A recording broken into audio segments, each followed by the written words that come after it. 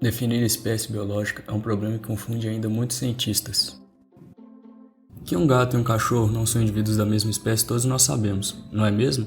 Entretanto, nem sempre é tão simples saber se indivíduos de diferentes populações são ou não da mesma espécie que outro. Em alguns casos, indivíduos são tão diferentes que nem acreditamos quando se dizem que se trata da mesma espécie. Assim, a aparência, apesar de ajudar muitas vezes, não define uma espécie. O conceito de espécie, mais aceito e mais difundido, é o que foi proposto em 1977 por um biólogo chamado Ernst Mayr. Segundo esse conceito biológico, espécies são agrupamentos de populações naturais intercruzantes, reprodutivamente isoladas de outros grupos semelhantes.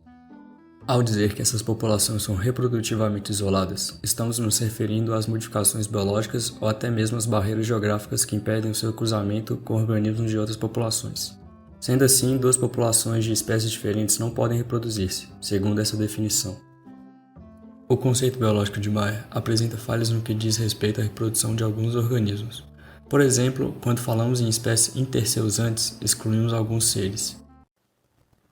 Em alguns grupos, a reprodução do tipo assexuada e, portanto, não há cruzamento, como por exemplo os poríferos, plantas, bactérias e outros. Por isso não se enquadram nesse conceito.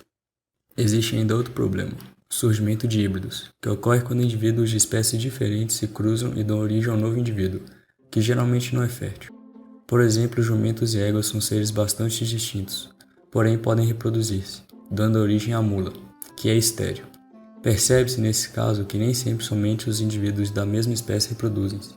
Outro caso é quando ocorre o surgimento de híbridos que não são completamente estéreis, evidenciando outra falha no conceito. No caso de fósseis, a situação é ainda mais complicada.